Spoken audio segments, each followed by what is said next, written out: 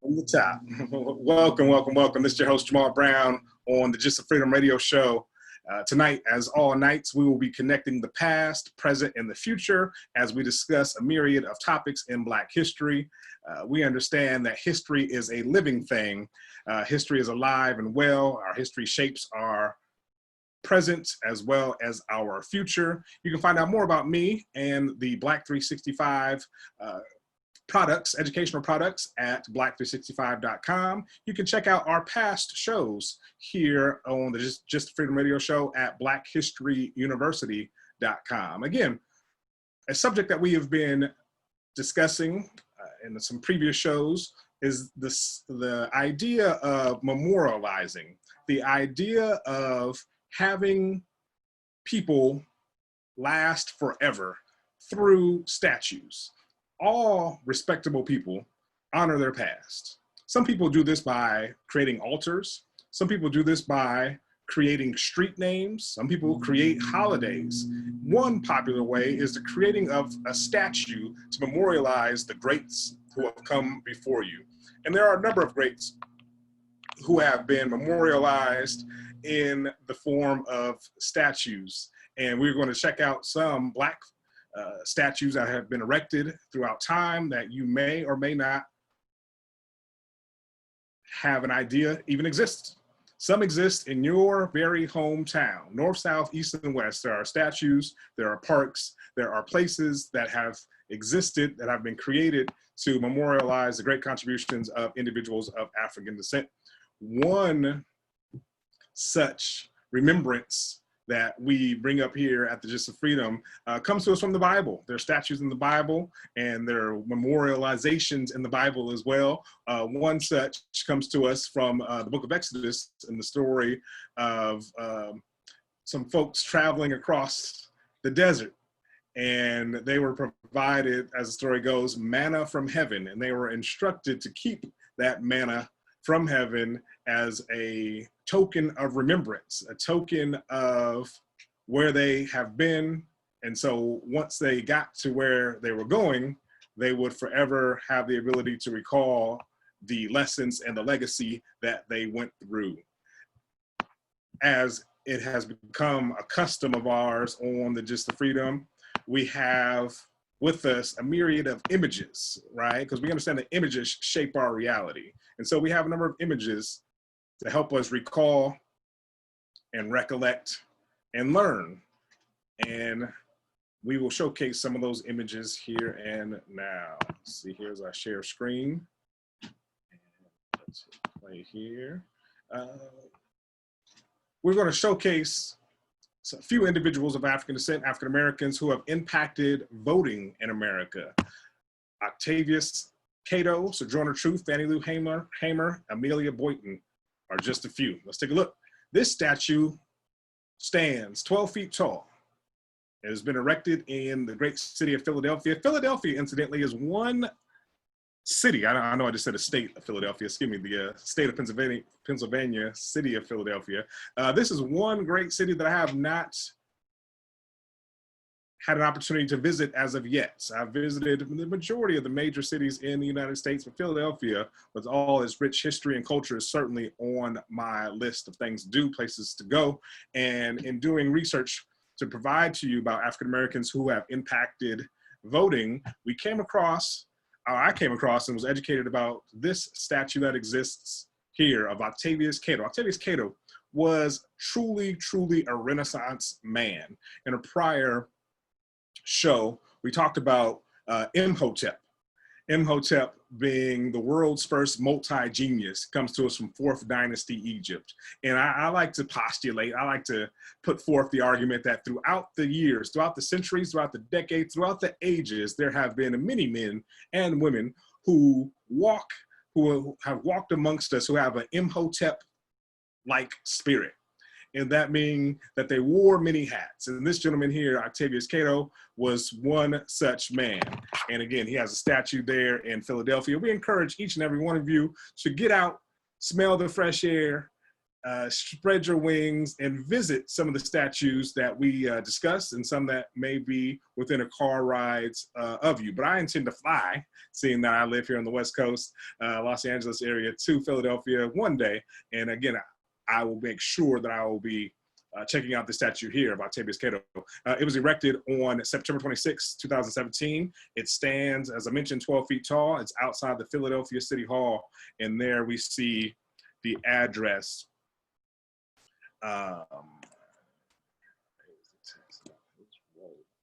Certainly.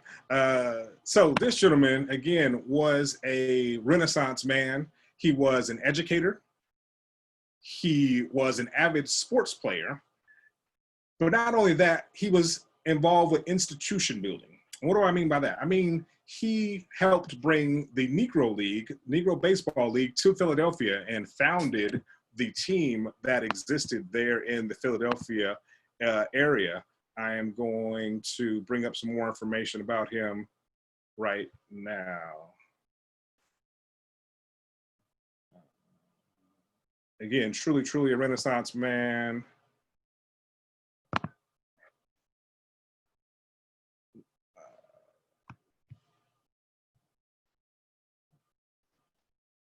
He enrolled in the Robert Vaux Primary School. He helped establish what is present-day Cheney University in Philadelphia. Cheney, for those who may not know, is the oldest HBCU, the oldest HBCU. Not to be mistaken with Wilberforce. Wilberforce is the oldest HBCU founded by individuals of African descent. But Cheney University is where he attended and graduated as the school's valedictorian in 1858. In the very first election that African Americans were allowed to participate in after the ratification of the 15th Amendment. 15th Amendment, mind you, was the amendment that in essence states that no person can be robbed of the right to vote based on their race, gender, or any of those protected forms. And so being an ambitious man, being a forward-thinking man, believing in the rights, believing in the power of the vote, this brother dedicated his life towards enrolling individuals of African descent, African Americans, and encouraging them to vote. And in doing so, this brother paid the ultimate sacrifice. What is that? The sacrifice of his life. His life was taken, that's right, in the pursuit of registering people to vote and having them vote on the voting day. So again, let me just be clear. I'm stumbling over my words just a bit, but on the day that they were supposed to vote, while in uniform, this brother was murdered.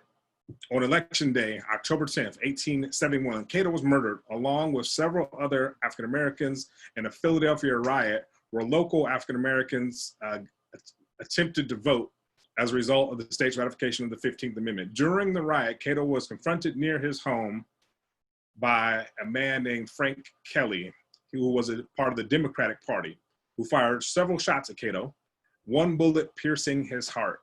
Kelly escaped Philadelphia after the shooting and was found 6 years later in Chicago and extradited to Philadelphia. At the trial in 1877, 6 prosecution witnesses were called to the stand. 3 white and 3 black identified Kelly as being the shooter, and despite their testimony, an all-white jury acquitted Kelly of the murder of our dear brother Cato, Octavius Cato. Octavius Cato, again, never married. He was engaged to a sister, but was killed before their wedding took place. He was such a beloved man that his funeral, I'm told, was the largest attended funeral of any African American at that time. It was the largest attended funeral, only surpassed by that of one President Abraham Lincoln. Again, he was a Renaissance man. I haven't even read his entire bio, but again, truly, truly a forward-thinking man, truly, truly a man that lived every day to the fullest and impacted several people. There is a order of the Elks, who have a Elk Lodge named after this great man. There stand behind him 5 pillars with information about him, and in front of him, he's striding towards this object here, and this object is to represent a voting, a ballot box. Again, he lived his life in the pursuit of voter education, lived his life in the pursuit of voter increasing the vote, as he believed in the power of the vote. And so he will forever be memorialized in front of this this cube with a shining globe in front of it that represents a ballot box. And let me show you the artist. This here is the sculptor who has sculpted a number of fantastic statues that exist today. Here's one showcasing Jackie Robinson. There's one in New York that I've had the pleasure of seeing of Adam Clayton Powell, Brantley Cadet. He too is the sculptor of that sculpture, that statue, as well as the one for our dear brother, Octavius Cato. He was a forgotten hero. I'm reading now from his tombstone that says, forgotten hero, Octavius Valentine Cato. O.V. Cato was a prominent scholar and dominant leader in the civil rights movement of the mid-1800s, who led efforts to register thousands of African Americans to vote. He worked tirelessly in the face of violence and open hostility towards Blacks' participation in the political process. Cato was a member of numerous civic, literary, patriotic, and political groups, including the Franklin Institute and the Union League Association. He was a headmaster at the Institute of Colored Youth and later Cheney University. He served in the Pennsylvania National Guard as a major in the Union Army during the Civil War. He was assassinated on Election Day in 1871 in front of a polling place on the 700 block of South Street in South Pennsylvania. Again, truly, truly a man who should be memorialized. Many, many, many other people, many more people should be privy to knowing about him and his fantastic contributions. He is buried in the Eden Cemetery, which is the resting home of several African-American icons, Marian Anderson being one, as well as the Steele family. We know the Steele family, if you've been listening here to the Just Freedom or have seen the movie Harriet, William Steele helped Harriet Tubman along her Underground Railroad. Again, their family calls the final resting place the Eden Cemetery, as well as Mr. Octavius Cato. Next up is the newest or most latest, up-to-datest statue that we have memorializing a great warrior, a great suffragist, a person who lived, struggled, and died to allow us to be who we are today. I'm talking about none other than the incomparable Sojourner Truth. August 17th, in this year, 2020, Sojourner Truth had a statue erected of her at the Welcome Center of the walkway over the Hudson State Historic Park in Poughkeepsie, New York. And the sculptor is Miss Vinnie Bagwell of New York. Beautiful, beautiful sculpture, beautiful, beautiful statue of Miss Sojourner Truth. She has provided us so many quotables, so many quotations that we should all have in our hearts and minds. One said, "Truth is truth and truth prevails." She was born Isabel Bumfree. She was enslaved for 30 years of her life. She was sold 3 times before escaping enslavement. Once she escaped, she did not rest on her laurels. She maintained a spirit of freedom in her thoughts, in her words, in her actions. She wrote many, many letters to the White House. She provided us with many innumerable messages. You may recall her from her most famous speech, Ain't I a Woman?, where she talked about the plight of women and the struggles of women, as well as the strength of women, and said that, in essence, there's no job too strong for a woman. She served as a tremendous role model for all of us, male and female. She lived an upright life and, again, provided us with so much strength. She even freed her son from enslavement. Talk about providing the ultimate sacrifices. Mothers provide the ultimate sacrifice when they give birth. And imagine, just imagine from one moment, sacrificing your life for your child again for their freedom. She brought her son into the world and she saved her son from enslavement. Again, certainly worthy of a statue. And we are so happy to say that one has been erected in the month of August, in the year 2020. And you can see it at the Hudson State Historic Park in Poughkeepsie, New York. She sued for her freedom, for his freedom, the freedom of her son, and won. Let me say that one more time, because a lot of people don't know that. She went through the legal means. Again, she was a tremendous orator, a tremendous writer, despite being born and enslaved in the early 1800s. If my memory serves me correctly, she passed in 1883. So imagine going from being born and enslaved, escaping enslavement, well, after living 30 years enslaved, being sold 3 times, having to appeal to the courts, and ultimately being successful via that route for the emancipation of your own son. Again, truly a phenomenal woman. Ain't I a Woman, Miss Sojourner Truth has been honored once again with a statue. There are a few statues of her, but I must say, judging by the photos, this here is the most beautiful one of them to date. Along the pleats of her dress, there are messages. Some talking about emancipation, some talking about the women's rights as well. Truly, truly a beautiful statue. And judging by what I've seen, Ms. Vinnie Bagwell did a great job, and she was the best person for the job. When you think of voter rights, when you think of someone laying it all out on the line, the image and the name and the life and the legacy and the essence of Fannie Lou Hamer should immediately pop into your mind.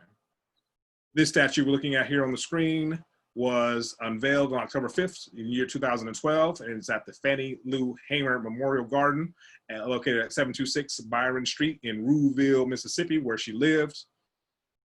The story of Fannie Lou Hamer has so many twists, so many turns. It could be a movie. There should be a movie about this system. One time she went to the doctor in order to, what she hoped have been given something to alleviate a stomach pain of hers. Well, what she left with was an unwanted and unasked for hysterectomy. The sterilization of African-American women is something that has taken place over the years. Truly, truly an unspeakable horror. Again, she did not rest on her laurels. She did not stop in her pursuits of what she was put here to do. She wanted to vote. And she wanted others in Mississippi to vote. So when it came time to vote, she let her employer know that she'd be taking off and she would be voting. The employer, who was a plantation owner, let her know that if she were to vote, that she would no longer have a job or a place to stay. She let that man know that she wasn't asking him to vote. she let him know that she was going to vote. And that is what she did. And as a result, he kept true to his word and she lost her job. That wasn't the worst thing that happened to Miss Fannie Lou Hamer in her pursuit of voting. On one occasion, she was beaten, arrested, jailed, and beaten. There is an audio clip that you can listen to. I'm sure it's out on YouTube. I believe that's where I listen to it at, where you can hear her in her own voice talking about being taken to jail for helping to register and vote, helping other African Americans to register and vote. Taken to jail, she was beaten by an officer until he was tired. And once he was tired, he gave, as she said, the blackjack or the baton to an African American male inmate and then forced him to beat her. She talked about how she would kick her legs and how her dress flew above her head during the beating, but she did not stop there. Fannie Lou Hamer continued her plight, continued the process of registering people to vote.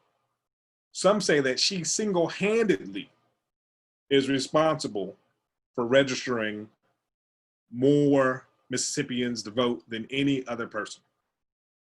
When it came time to choose a party, the DNC did not want a Fannie Lou Hamer, and she was prevented from joining and voicing her position the way she wanted to voice her position.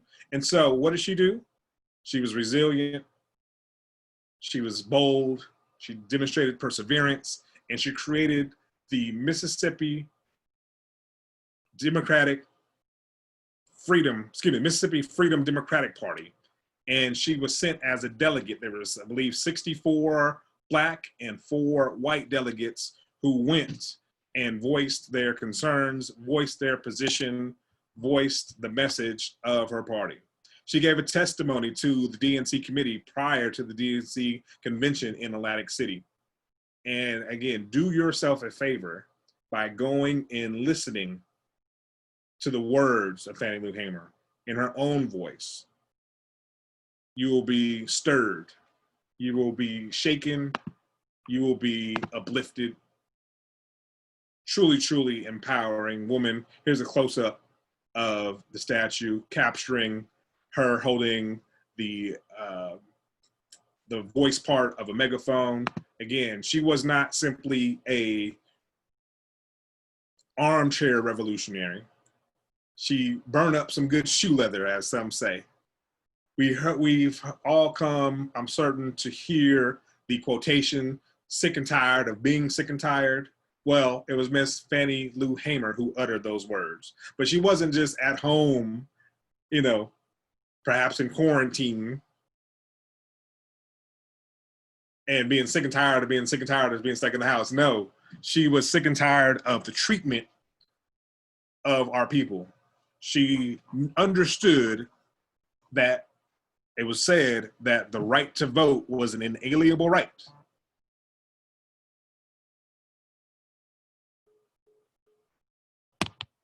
She was having some technology struggles here. Having some technology struggles here.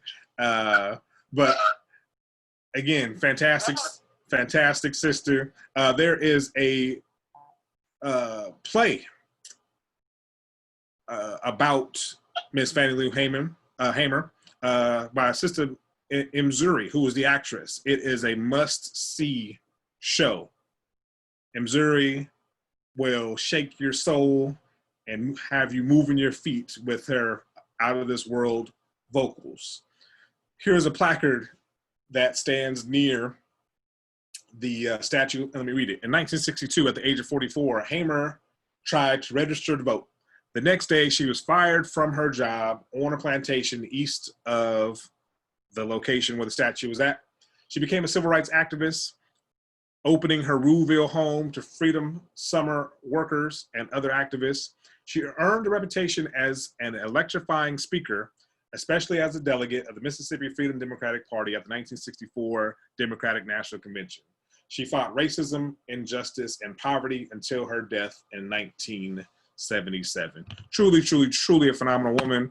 And again, we encourage you, if you are anywhere near Rouville, Mississippi, stop by, pay homage, do yourself a favor, learn more, feel the energy and the essence of the statue, feel the energy and essence of our sister, Miss Fannie Lou Hamer. Again, you are listening to the Just the Freedom Radio Show. I am your host, Mr. Jamal Brown, aka Mr. Black 365, founder and creator of the Black 365 products that are educational products that will help inspire, uplift, and encourage your entire family. And again, we like to encourage you to vote, as voting is one step in the process, one step in the solution for our ultimate freedom. That's all we talk about here at the Just the Freedom Radio Show, is ways for our people to become free. We want you to be free spiritually, free financially, and of course, free from all forms of bondage. Again, check out blackhistoryuniversity.com, blackhistoryuniversity.com. There are over 300 shows that have been listened to over 30,000 times, and you will be blessed once you dive into our great catalog, blackhistoryuniversity.com. Coretta Scott King.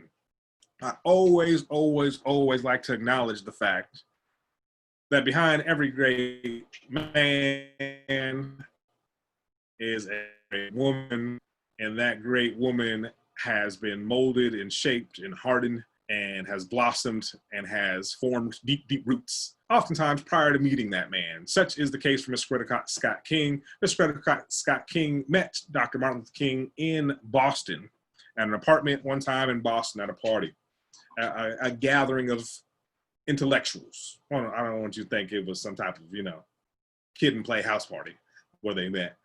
Gathering of intellectuals in Boston in an apartment. She was in Boston. She already had 2 degrees.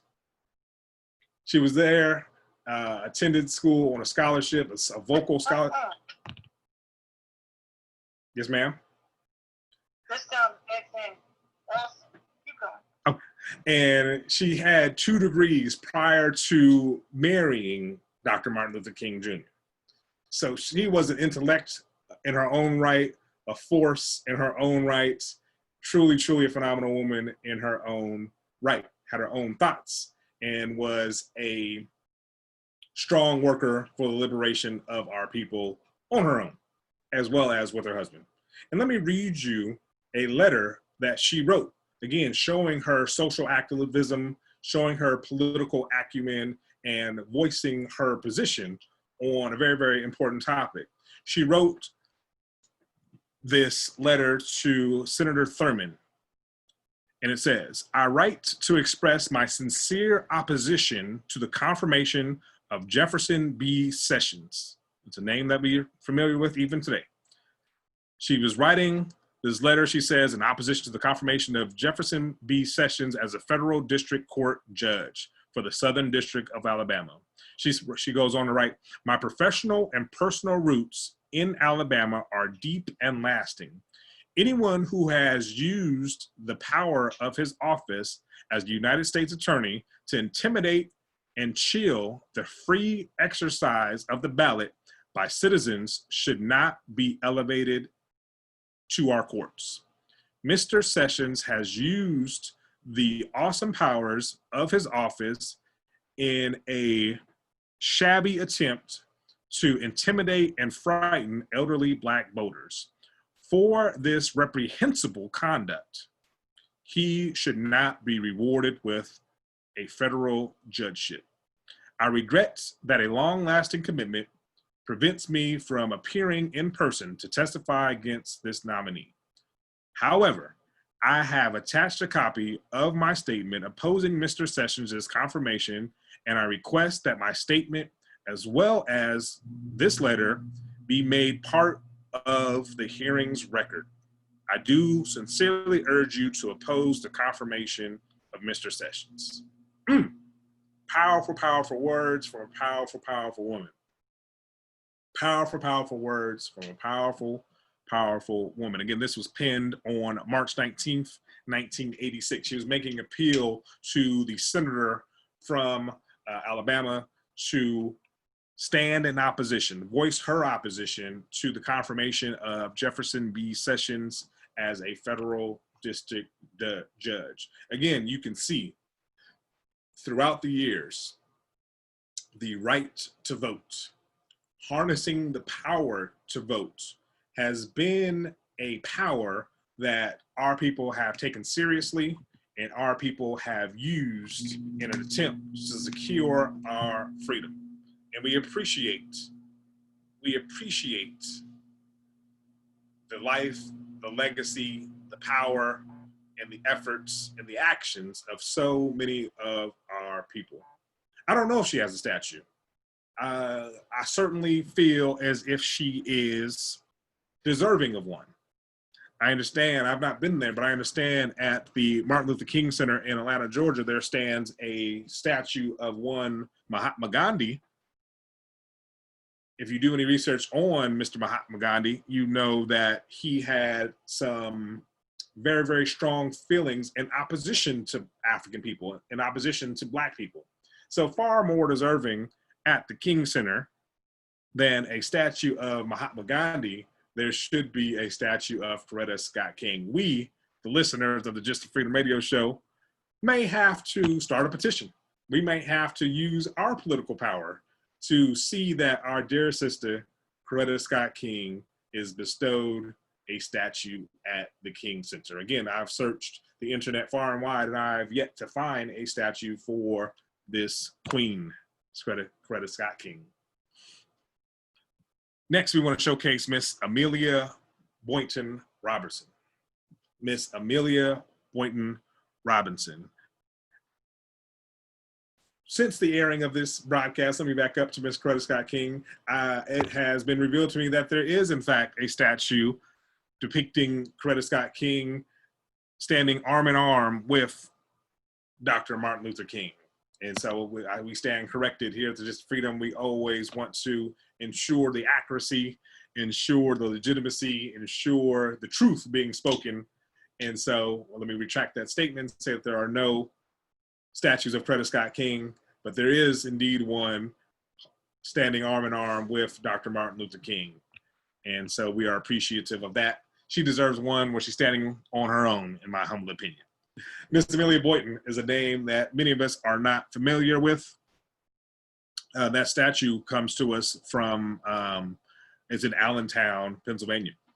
Miss Amelia Boynton, again, is a name that should be more familiar, more popularized, given more attention to. She, like so many brothers and sisters, was there on that day that we know as Bloody Sunday. But before we talk about her activism and heroism at Bloody Sunday, let's go back and take a deeper look into her life. She was an organizer. She worked in education. Her whole family had a legacy of struggling against oppression and fighting for our people. At an early age, she wrote a play about her brother, about her father's half brother, who happened to be Robert Smalls. We talked about Robert Smalls in one of our previous episodes. Robert Smalls was a hero who lived larger than life. Robert Smalls, just if I can go on a quick tangent,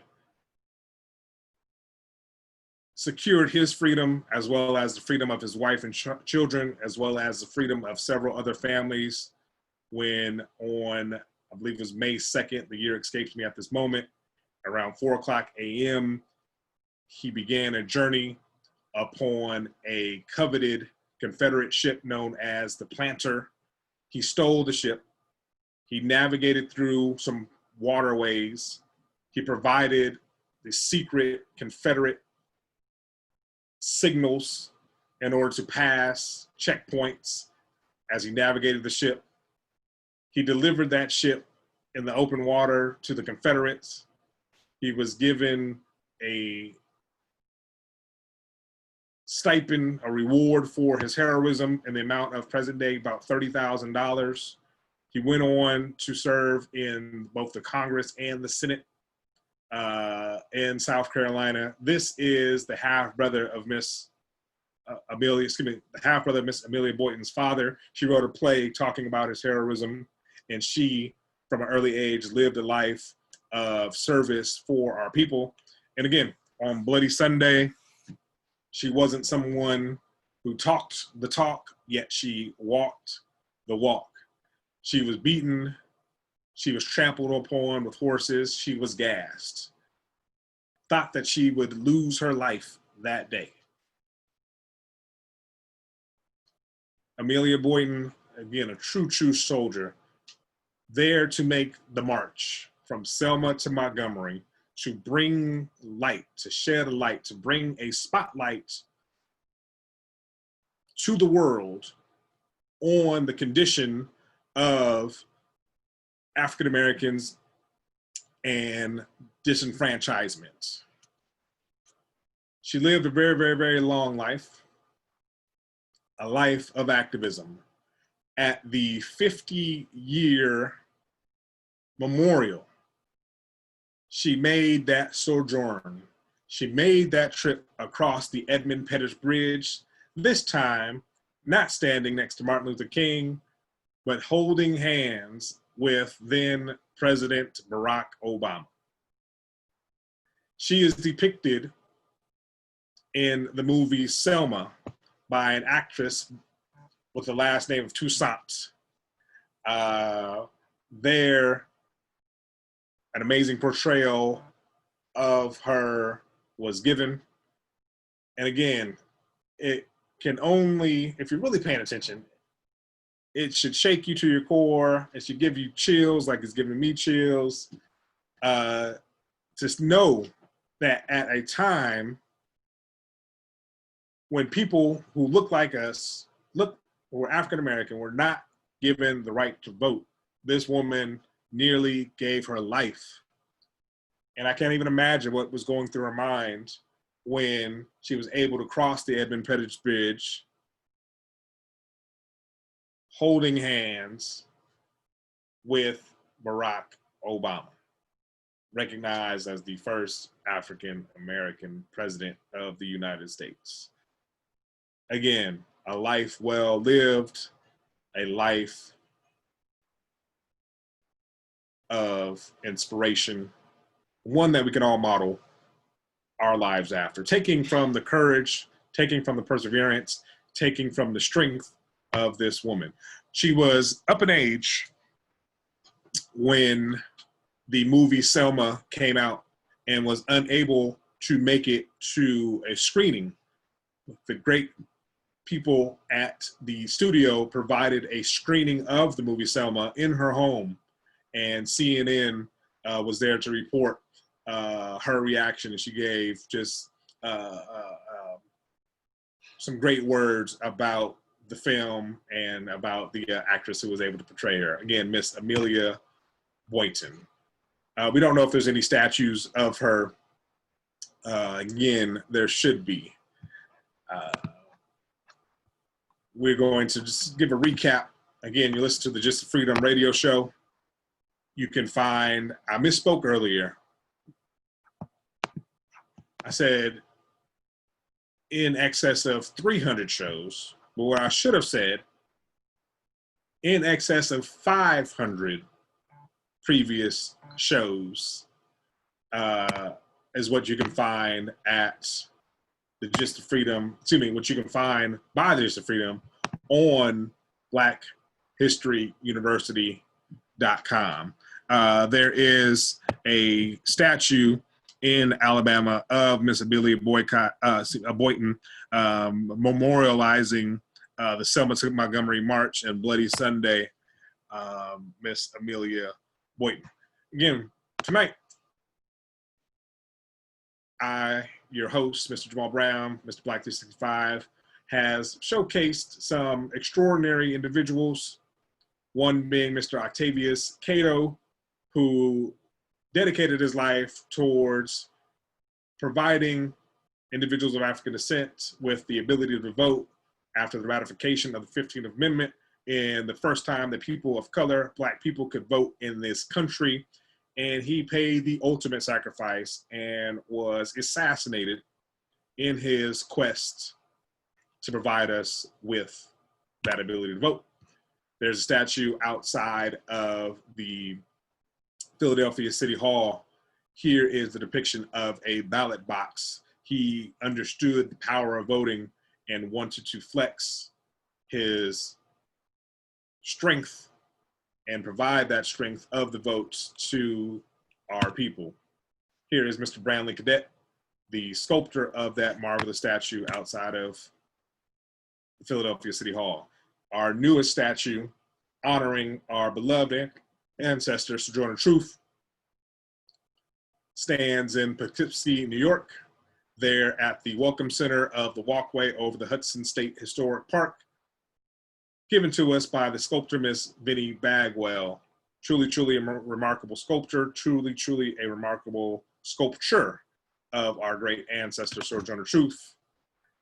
One should not let another day go past without putting into Google the name Fannie Lou Hamer and honoring this great ancestor. Fannie Lou Hamer lived, struggled, and died to allow us to be who we are today. Again, she said she was sick and tired of being sick and tired. Again, she was not simply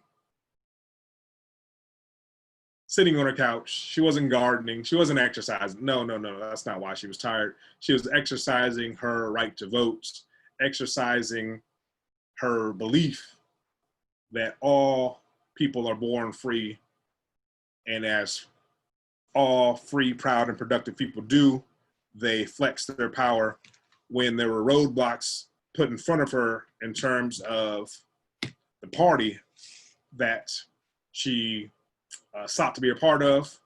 She exhibited some self-determination and created her own party, that party being the Mississippi Freedom Democratic Party.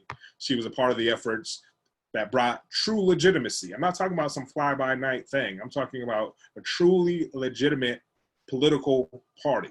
Some say that we need that today. Some say the two-party system that we have just isn't sufficient. It hasn't quite produced the results for our people that we need or that we want. So, in many ways, Fannie Lou Hamer was a visionary. In many ways, Fannie Lou Hamer was before her time, and she created a Freedom Democratic Party known as the Mississippi Freedom Democratic Party. Others of us, in my humble opinion, should take her lead.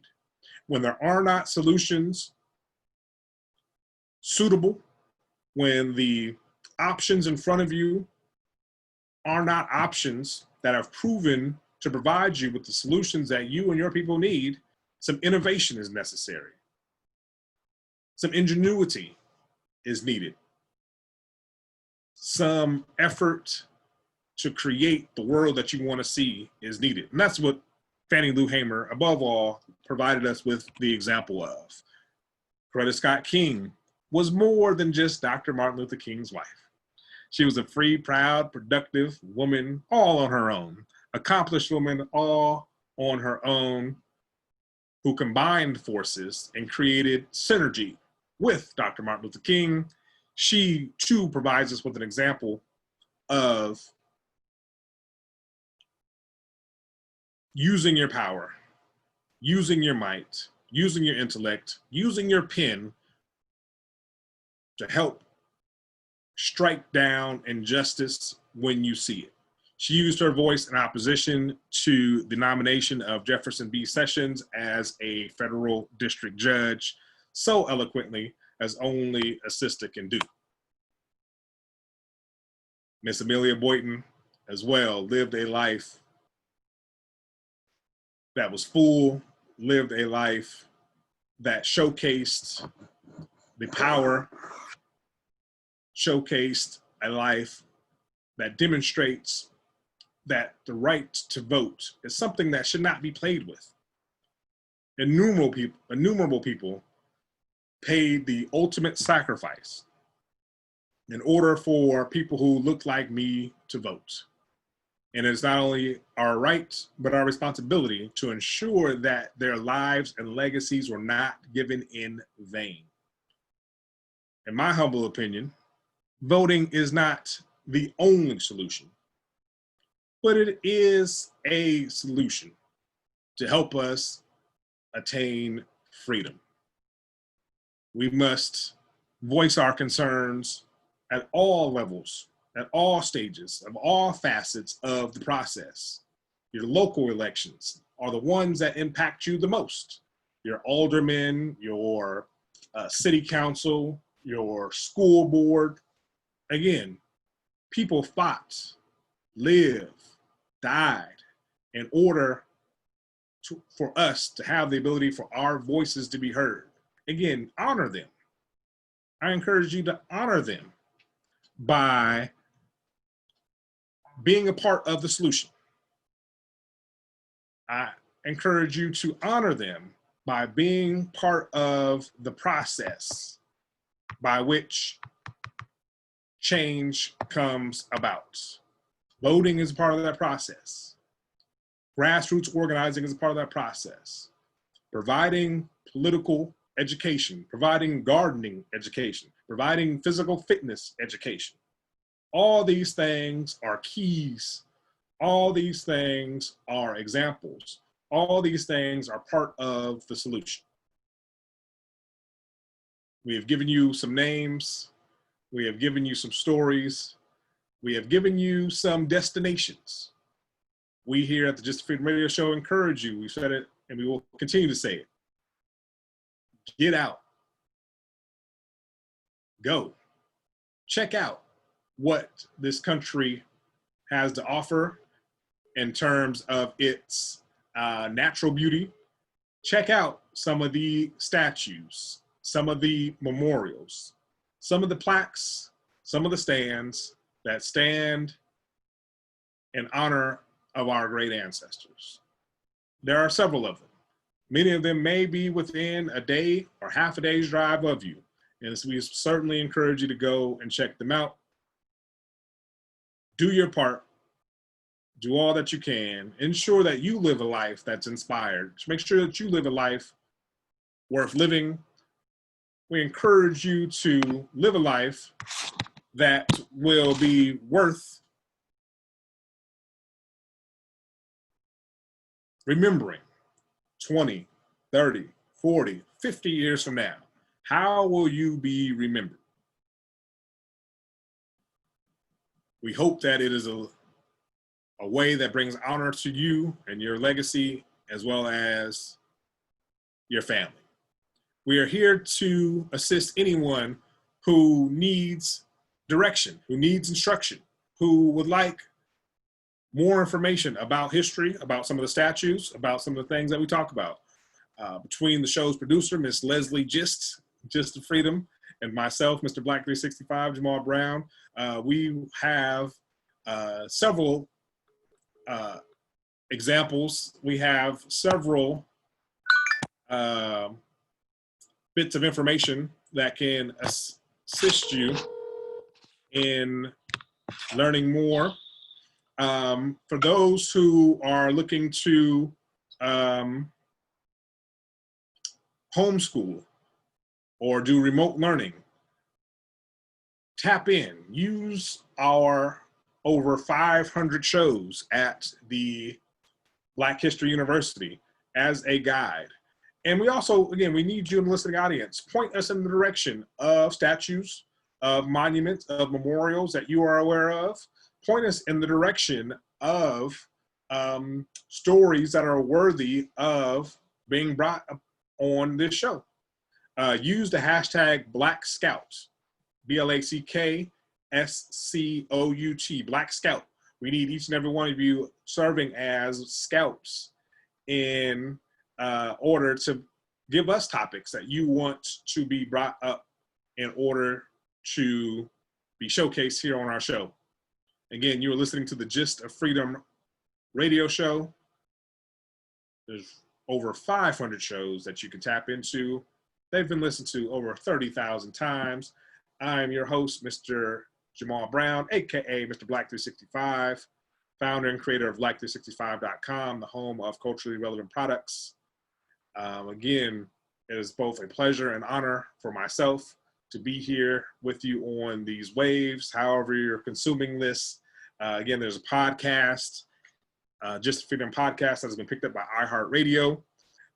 Again, history is live, history is well, history is, as Malcolm X said,